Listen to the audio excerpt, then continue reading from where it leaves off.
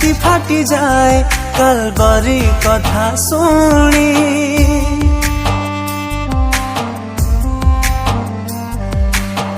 सेही कथाटिकु ए दुनिया बुझेनी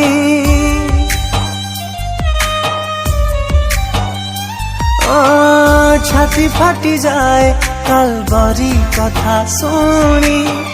सेही कथाटिकु ए दुनिया बुझेनी मने पड़े से धूसर बाणे एलोही एलोही लामा साबधानी झरी गला देहरु रक्त पाणे जीशुଙ୍କ बुकुरु से झरणी।